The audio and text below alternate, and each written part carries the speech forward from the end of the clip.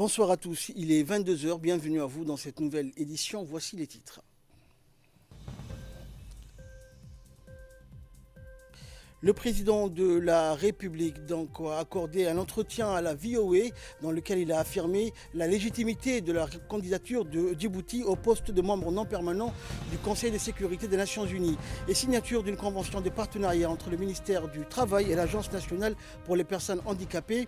Et dans l'actualité internationale, migration, Libye et Maroc, naufrage de 2 embarcations transportant des migrants. Voilà pour les titres. Bonsoir à tous.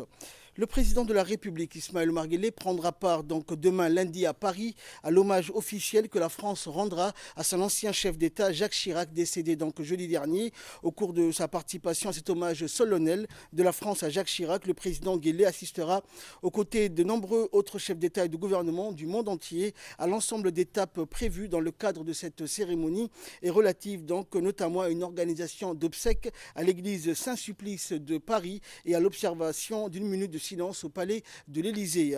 Le président Guelleh, qui prendra part à un déjeuner offert par le président Macron et son épouse au chef d'État et de gouvernement étranger, écrira également un message dans le registre de condoléances ouvert à l'Élysée. Et preuve de l'estime de notre pays au défunt ancien président français, le chef de l'État djiboutien a immédiatement rallié la France à son déplacement récent à New York afin de prendre part aux obsèques de Jacques Chirac. La participation du président djiboutien à l'hommage officiel dédié à la mémoire de l'ancien président français, ami de Djibouti, qui a beaucoup œuvré en faveur du renforcement des relations privilégiées entre les deux pays, succède à un télégramme préalable de condoléances et de compassion du président Guelleh aussitôt après l'annonce du décès de l'illustre dirigeant français.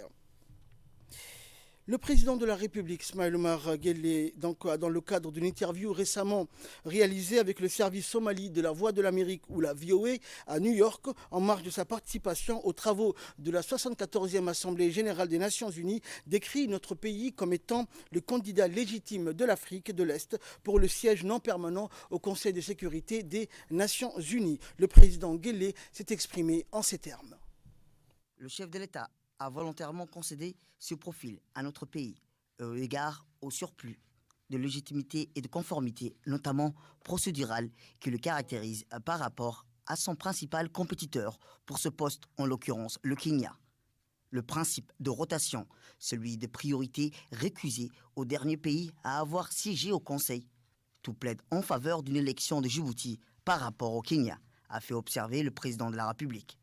Le chef de l'État mis toutefois au profit de cette interview pour alerter sur le fait que la compétition passagère entre notre pays et le Kenya n'est pas de nature à remettre en cause les liens privilégiés entre nos deux nations. Le Kenya est un pays frère et ami. Outre l'appartenance à une même région, nous avons en partage des liens exceptionnels et d'importantes complémentarités, notamment une communauté somalie qui vit dans les deux pays, a mis en lumière le chef de l'État djiboutien. Je déplore la controverse et la passion engagées autour de cette compétition. Notre démarche n'a d'autre visée que celle de faire valoir nos droits à l'élection à ce poste et non la remise en cause de nos liens de confiance, d'amitié et de fraternité avec le Kenya, a clarifié le président de la République. Au chapitre national de cette interview, le président de la République a été interrogé aussi sur l'évolution des pourparlers entériné en vue d'un règlement définitif du différend qui nous oppose à l'Érythrée. À ce sujet, il a fait état d'une médiation en cours entre les deux pays sous l'égide du Premier ministre éthiopien. J'ai foi en l'initiation prochaine des pourparlers qui déboucheront sur un règlement définitif de ce litige, a-t-il indiqué, touchant mot aussi à la participation djiboutienne aux travaux de la 74e Assemblée générale des Nations unies. La participation djiboutienne à cette réunion internationale sera marquée par notre appel à une plus grande prise de conscience de l'emplacement géostratégique de notre région et à l'intérêt lié à une plus grande coordination des efforts dédiés à la sécurisation et à la stabilisation de cette partie névralgique du monde, a déclaré en substance le président Guelleh, qui a ainsi donné la pleine mesure de son attachement à celui de son gouvernement et peuple aux valeurs de multilatéralisme. L'interview du chef de l'État djiboutien avec la VOA a également comporté un dernier volet dédié aux problématiques de plus en vue dans la région, comme à l'accoutumée de ce volet, a intégré la Somalie, notamment la situation actuelle de ce pays et la nature du soutien que lui apporte ces temps-ci la République de Djibouti. Nous sommes régis par une solidarité naturelle vis-à-vis de la Somalie et en aucun cas l'appui que nous apportons à nos frères de ce pays ne peut tarir, a d'emblée signalé le président de la République qui n'a pas manqué de saluer les efforts permanents, teintés d'audace et de persévérance qu'entreprennent au quotidien les autorités de ce pays frère pour trouver des solutions aux nombreux défis et obstacles qui se posent autour de la Somalie dans la région durable de la stabilité et de la croissance économique. À noter enfin que le chef de l'État djiboutien a dévolu le fin de mot de cette interview à la position de notre pays vis-à-vis des récentes attaques menées contre les installations pétrolières en Arabie Saoudite. À ce sujet, le chef de l'État, qui a dénoncé le rôle déstabilisateur, contre-productif de l'Iran pour la paix dans la région, a appelé de ses vœux à la mise en place rapide d'un processus multilatéral de d'escalade des tensions. Également dans l'actualité, le Croissant Rouge de Djibouti a organisé aujourd'hui une assemblée extraordinaire réunissant plusieurs organisations de différentes instances. Le Croissant Rouge tient sur 7 principes fondamentaux, notamment l'humanité, l'impartialité, la neutralité, l'indépendance, le volontariat, l'unité et enfin l'universalité. Le Croissant Rouge ne fait encore aucune distinction de race, de religion ou de classe sociale. Né avec l'idée de porter secours aux blessés laissés sans moins en 1859, elle a fêté ses 150 ans le mai dernier. Le Croissant Rouge de Djibouti a invité donc ses partenaires du monde pour revitaliser leur activité en nombre et en fonds. À ce titre, la Société nationale du Croissant Rouge de Djibouti a formé un nouveau comité censé assurer l'intérim en vue de la prochaine Assemblée générale et parallèlement sensibiliser et attirer l'attention de tout le monde dans leurs actions nobles d'aider et de porter secours. Le Croissant Rouge de Djibouti, représenté par son secrétaire général Abdi Khair Bouh, un volontaire, a tenu donc à mettre l'accent sur l'importance de leurs activités qu'il faut par conséquent s'unir main dans la main pour une meilleure portée. Représentants du comité international de la Croix et de Croix-Rouge, c'est-à-dire nos partenaires ici présents, et à savoir le CICR, qui est notre premier bailleur de fonds et notre soutien total. Également le Croix-Rouge britannique, qui est une société amie qui jusqu'à présent nous finance nos projets, à savoir les WASH, les formations des secouristes et d'autres projets, puisque notre point fort est volontariat. Je vous demande également, je vous demande d'être membre, que le volontariat n'a pas d'âge. Je vous demande également tout ce qui est présent dans cette salle, et même ceux qui ne sont pas présents, je demande de venir auprès du Croissant Rouge pour soulever ces défis que nous lançons aujourd'hui, c'est-à-dire de redynamiser avec nous les sociétés nationales du Croissant Rouge. Et dans son intervention, le ministre de l'Agriculture, Mohamed Ahmed Awali, qui était invité d'honneur donc à cette assemblée extraordinaire, a fait un discours pour témoigner de son vécu en tant qu'ancien président du Croissant Rouge de Djibouti. On l'écoute. Le Croissant Rouge de Djibouti se passe de commentaires. Mais c'est avec un grand respect. Mais je ne choquerai personne de dire aujourd'hui, du haut de cette tribune, que la société du Croissant Rouge traverse un moment difficile. Elle est rentrée, à l'instar de beaucoup de sociétés de Croissant Rouge, de par l'Afrique ou au niveau même des autres continents, dans une phase de léthargie. Mais ça arrive à un moment donné de l'histoire. Je dois dire que cette société, qui a fait un passé glorieux, aujourd'hui est dans une situation de léthargie, de sommeil. Et c'est pour cela, grâce au secrétaire général du Croissant Rouge de Djibouti, grâce au comité directeur et grâce au comité central, ils ont dit il faut qu'on se remette debout et qu'on passe la flamme à une nouvelle génération qui sera capable de relever les défis. Je suis convaincu. Et bien entendu, nous aurons aussi avec nous les sociétés sœurs, la Fédération de la Croix-Rouge et de Croissant-Rouge, qui a 191 membres qui sont à côté de nous, comme à l'instar d'une forêt. Dans une forêt, c'est un ensemble, les arbres. Ça forme un organe d'ensemble. Si un arbre il est blessé, c'est les arbres qui sont voisins qui le soutiennent et qui donnent par le biais des racines les éléments nutritifs dont il a besoin. C'est quelque chose de scientifique, mais excusez-moi de ma déformation de mon métier, mais c'est quelque chose que j'ai choisi parce que c'est la même chose qui va se passer. Ils sont à côté de nous, ils m'ont donné déjà confiance, ils ont dit nous serons à côté de la société de Croissant-Rouge de Djibouti dans le rétablissement, dans le renforcement des capacités humaines et de la bonne gouvernance.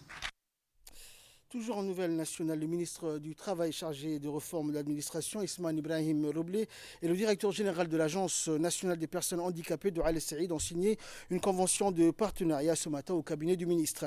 Cette convention a pour objectif d'harmoniser et de coordonner les actions du ministère du Travail et de l'ANPH dans l'optique de renforcer et promouvoir les droits des personnes handicapées. Aussi, les deux parties collaborent en vue d'accompagner et de promouvoir les personnes handicapées, de plus en plus souvent confrontées à de nouvelles problématiques en la matière. Et cette cérémonie de signature donc, a vu la participation des hauts responsables des différents départements du ministère du Travail et de l'ANPH. Et dans son intervention, le ministre du Travail, Ismaël Ibrahim Roblé, a souligné l'importance de l'accord conclu aujourd'hui entre le ministère du Travail et l'Agence nationale pour les personnes handicapées qui s'inscrit donc dans l'optique de renforcer et de promouvoir les droits des personnes handicapées. Le ministre a promis au directeur de l'ANPH donc, que le ministère s'efforcera de faire de ces initiatives un succès. À l'occasion du démarrage de la seconde session du programme d'alphabétisation, une réunion de rentrée regroupant l'ensemble des alphabétisateurs de Djibouti-Ville a été organisée aujourd'hui à la salle de conférence de l'UNFD. Cette rencontre donc, à laquelle a participé la vice-présidente de l'UNFD, Hasna Mohamed Bilil, a vu également la participation de la coordinatrice de programme de l'UNFD et du coordinateur des programmes d'alphabétisation avec deux objectifs essentiels. Préparer la rentrée qui aura lieu le 1er octobre dans tous les centres d'alphabétisation du pays et informer les alphabétiseurs de la nouvelle organisation des cours et l'utilisation et la gestion des manuels des apprenants conjointement avec les directeurs d'écoles concernés. Les échanges ont été fructueux et les alphabétisateurs se sont aussi exprimés sur l'importance de leur rôle d'enseignants d'adultes. Tout ce que je vous souhaite, c'est non seulement de prendre beaucoup de plaisir, parce que franchement, dans ce que vous faites, vous avez l'occasion de rencontrer vos mères, vos sœurs. Donc cette opportunité d'enseigner, de transmettre quelque chose, je pense que c'est instruire d'abord soi-même. C'est quelque chose, c'est une bonne expérience à mon avis, surtout pour des jeunes personnes que vous êtes. Donc vraiment, prenez beaucoup de plaisir, mais surtout, donnez beaucoup de temps à ce que vous allez faire, consacrez vraiment, projetez-vous, surtout donnez-vous un objectif, la réussite dans ce que vous allez faire. Et à présent, écoutons donc les réactions des participants à cet atelier. Nous sommes réunis aujourd'hui au siège de l'UNFD, tout simplement pour relancer la session numéro 2 des cours d'alphabétisation qui va débuter, bien entendu, le mardi 1er octobre. Le mardi 1er octobre, dans tous les centres d'alphabétisation ouverts. Alors, cette réunion avait pour objet la nouvelle donne sur le programme de la session 2 et sur les nouveautés qui vont venir s'ajouter au programme. Voilà, le but de la réunion, c'était ça. Je crois que les alphabétiseurs sont bien informés maintenant et l'échéance de début du programme est fixée au mardi 1er octobre. C'est donc la session 2 qui va durer également jusqu'au mois de mars. Les élèves de 5e année de l'école de la République ou annexe 2, accompagnés de 3 enseignants et de la directrice de l'école, ont organisé une journée dédiée aux opérations de ramassage d'ordures donc à la plage de la Siesta ainsi que la plantation d'arbres dans l'école d'annexe 2. La directrice générale du centre de formation des enseignants de l'enseignement fondamental, Aïcha Farah, ainsi que ses proches collaborateurs ont parrainé cette journée de nettoyage qui était riche en couleurs, rappelant que ces actions citoyennes avaient pour objectif de sensibiliser et de faire comprendre au public les enjeux liés à la pollution, mais aussi de sauvegarder les plages donc saines et un environnement propre. Ali Ben Ali, responsable de l'école, a rappelé que cette opération citoyenne est l'affaire de tous. Il a encouragé les élèves de protéger leur environnement et de les maintenir sains et propres afin de sauvegarder l'écosystème des générations à venir. Il a enfin exprimé ses remerciements à tous les élèves qui ont fourni un travail formidable à l'occasion de cette journée de nettoyage de la plage et de la plantation d'arbres au sein de l'école annexe 2.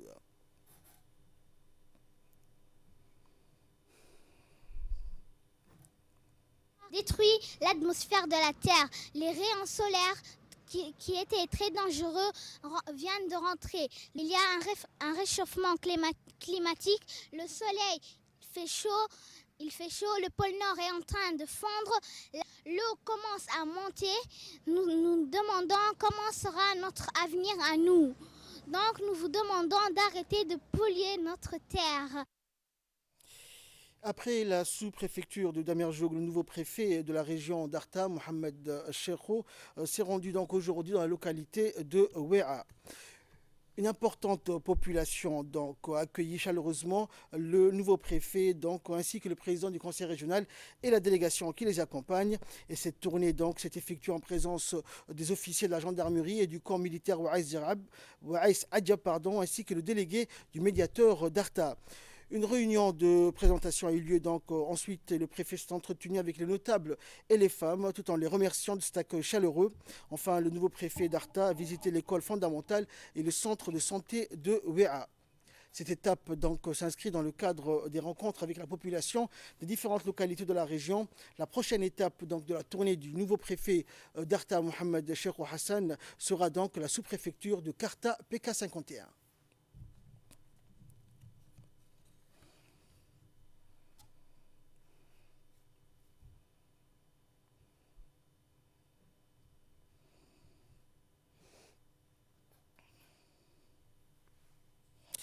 Autre nouvelle du pays, la région de Dikil a abrité du 15 au 26 septembre dernier un atelier de formation aux moniteurs de l'agroélevage et aux coordinateurs régionaux issus de l'ensemble du pays et portant sur les bonnes pratiques et techniques de production végétale et animale, ainsi que sur la santé animale, la gestion des sols et de l'eau en République de Djibouti. Au total, 20 moniteurs et 5 coordinateurs régionaux représentant toutes les régions du pays ont pris part à cette formation initiée par le ministère de l'Agriculture en partenariat avec la FAO et avec l'assistance financière de l'Union européenne et qui s'est déroulée dans la ferme agricole de Jama'a Gedi, située à Harrou, à proximité de la ville de Dikil.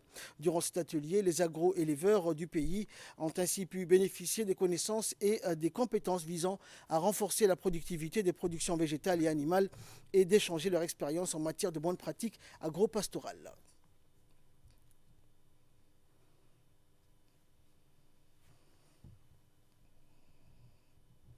Ce que vous avez appris aujourd'hui, c'est les réalités de votre pays, de vos fermes, de votre sol.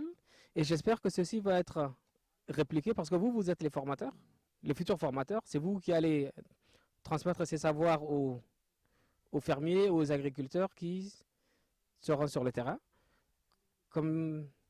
Et j'espère que ça vous a servi et que vous serez amenés à faire profiter votre expérience à tout le monde. Bon, je n'ai pas beaucoup de choses à dire, c'est juste pour vous féliciter, pour vous encourager encore dans vos activités futures et j'espère que ça profitera à tout le monde. Nous restons à Dikil où un groupe de dizaines de médecins spécialistes conduit par le directeur du bureau régional du comité africain de secours de l'État du Koweït, Abdelghani Al-Roulechi, s'est rendu donc hier au CMH de la région de Dikil. La direction de l'hôpital Al-Rahma donc a organisé hier en coopération étroite avec le ministère de la Santé À Dikil, donc, une journée médicale en faveur des populations de la région. Le but de cette caravane médicale était de fournir des soins médicaux avec les personnes malades, pour les personnes malades ou souffrantes. L'initiative a mobilisé 8 médecins de l'hôpital Ar-Rahma, parmi lesquels des chirurgiens et des spécialistes en gynécologie, ophtalmologie et ORL. Et outre les soins, des médicaments ont été gratuitement distribués aux patients, dont une majorité de femmes et d'enfants. L'événement s'est déroulé donc en présence du directeur de l'hôpital Ar-Rahma et du nouveau préfet de la région de Dikil, ainsi que des parlementaires et de notables et locaux de la région. Au total, 690 patients ont été examinés et des médicaments ont été administrés à tous les patients, et environ 70 cas référés donc à l'hôpital Ar-Rahma de Djibouti pour compléter le traitement. Et rappelant que les personnes âgées et les cas nécessiteux ont été évacués à l'hôpital Ar-Rahma de Djibouti.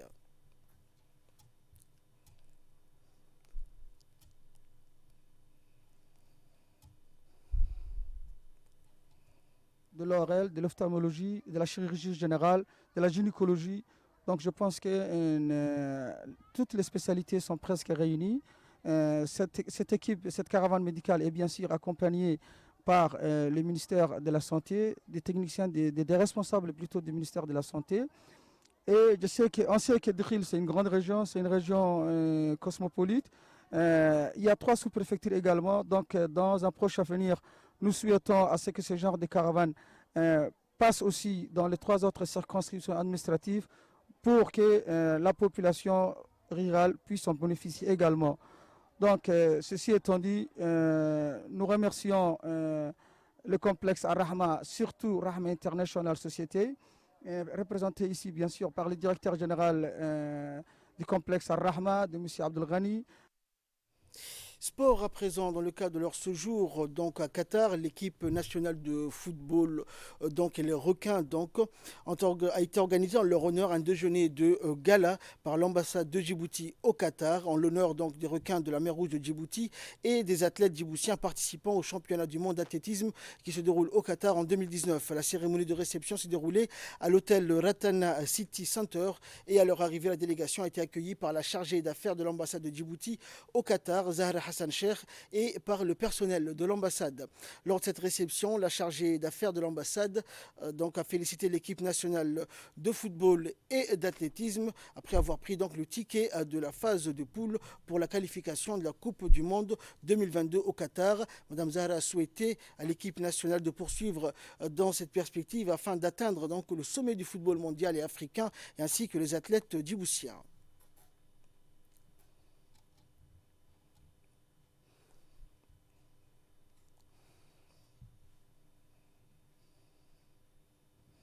Et dans son intervention, la présidente du comité national olympique et membre du comité international olympique, Aïcha Ali Garad, a félicité les footballeurs et les athlètes pour leur effort qui a permis de hisser notre pays au rang mondial. On l'écoute. Vraiment, sincèrement, remercier Madame la chargée d'affaires qui a joué un rôle d'animatrice pendant notre séjour. Et je voudrais la remercier au nom de toute la délégation d'athlétisme, la délégation du football, le président de la fédération d'athlétisme et moi-même. Un grand merci à Madame Zahra et son équipe. Moi, personnellement, je suis de passage. Je suis ici pour 2 jours sur l'invitation de l'émir. Et l'idée est venue de l'ambassade de nous regrouper pour qu'on puisse partager un déjeuner mémorable. Et pour moi, en tant que membre du CIO, c'est très, très, très important. Autre chose, je voudrais remercier le gouvernement du Qatar qui a pris en charge 33 footballeurs. Quand je dis prise en charge, c'est une prise en charge totale, que ce soit au niveau hébergement, restauration, médical, un suivi psychologique.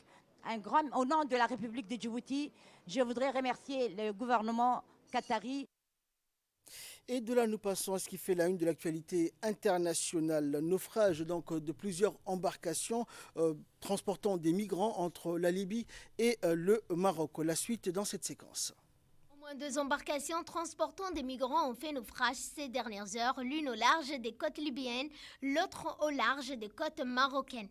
Le bateau aurait pris la mer il y a quelques jours et se trouvait quelque part entre la capitale Tripoli et la ville de Misrata lorsqu'elle a lancé des appels de détresse. Et ce vendredi, d'après des communications téléphoniques, la situation à bord serait devenue critique. Aucun garde-côte ne serait intervenu pour porter assistance. Et enfin, une motion de défiance donc, est en préparation contre le Premier ministre britannique Boris Johnson. Doit-il craindre une motion de défiance la semaine prochaine? C'est ce sur quoi le Parti travailliste et le Parti national écossais seraient en train de plancher. Objectif, mettre en place un gouvernement par intérim et éviter à tout prix une sortie de l'Union européenne sans accord le 31 octobre comme l'envisage le Premier ministre. Nous ferons tout ce qui est en notre pouvoir pour éviter une sortie sans accord de l'Union européenne le 31 octobre, a pour sa part déclaré Jeremy Corbyn, le leader des travaillistes. Boris Johnson est plus que jamais acculé. La Cour suprême a jugé illégale la suspension du Parlement qu'il avait décidé. Et jeudi, les députés britanniques ont refusé de suspendre leurs travaux le temps du congrès annuel du Parti conservateur qui se déroule la semaine prochaine.